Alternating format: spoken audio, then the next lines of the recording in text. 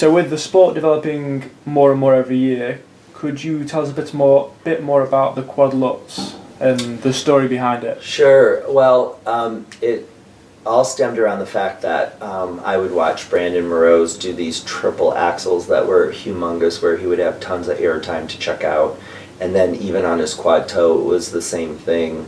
And his one of his former coaches was Doug Lee, very famous coach who coached Elvis Stoico and Brian Orser, Olympic silver medalists, and just legendary Canadian coach and just a colleague of mine.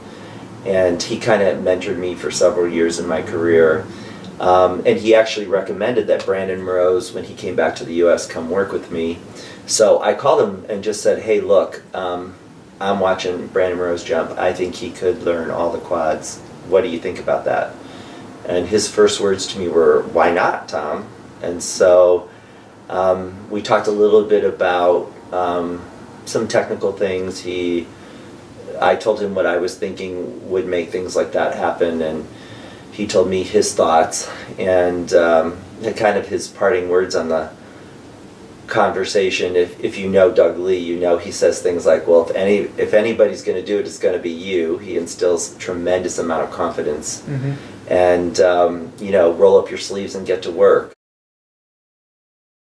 Any quadruple jump takes that kind of daily practice, and that's why I think that you see many men in the world struggle with that, because either they don't have the kind of ice time that they need to practice it every day, or they are practicing it only when they feel like their bodies are ready to do it, which I think there's an easing into process, but once you do a quad, you have to do it daily. When I was teaching Jeremy, Ryan, Brandon, all at the same time, Timmy Gable came in to do kind of like a mini quad seminar with them. Mm-hmm. And one of the things he told me and he told them was, never take the quad out of your program. As soon as you take it out of your program and replace it with another jump, it becomes this kind of albatross, right?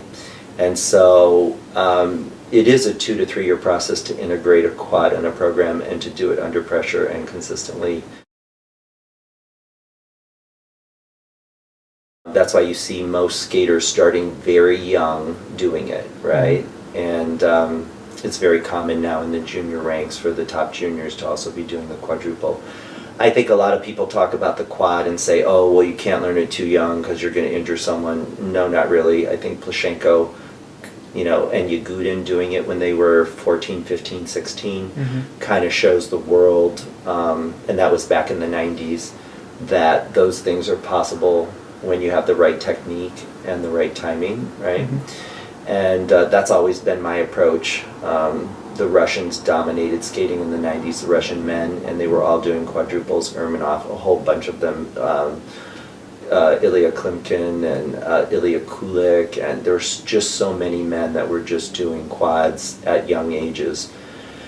And I think with Bo Yang now, he's really showing the world that you can do more than 2 quads, right? And more than 3 quads in a program, which I think is a really cool way for the sport of figure skating to go. If you look at things like slopestyle skiing and, aerial skiing, there is that acrobatic part of sport that is exciting for the spectator. And yes, figure skating is grounded in artistry, and what makes figure skating unique is that the skaters can be so technical and artistic at the same time. But I think there's a reason we have that scale of values on the ISU that goes all the way through the quad axle. I don't think that's an accident that the top officials of our sport assigned technical values to those jumps.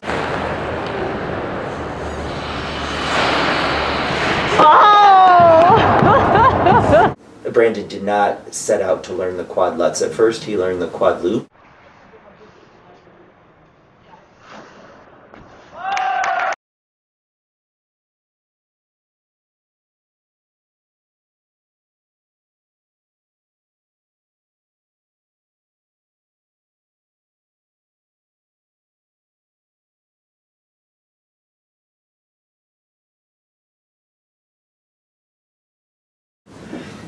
And then he learned the flip, and the Lutz he learned actually last of those 3.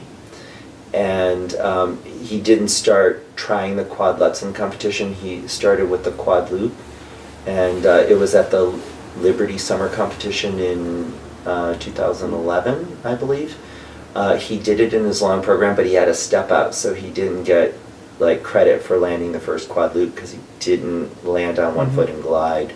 But I remember several reporters that were there were like, "Wow, that's kind of amazing." And then for a while he really liked the quad flip. I actually thought he was going to be doing the quad flip in his program, but he ended up choosing the quad Lutz. Brandon was certainly a great jumper and rotator, had a spectacular sense of his body, so that he could really focus on the details of that split-second timing, because it's all in the moment of leaving the ice, right? That is the key, and the preparation in terms of the pattern and the timing that the coach and the athlete decide on is what allows a skater to do something like a quad Lutz.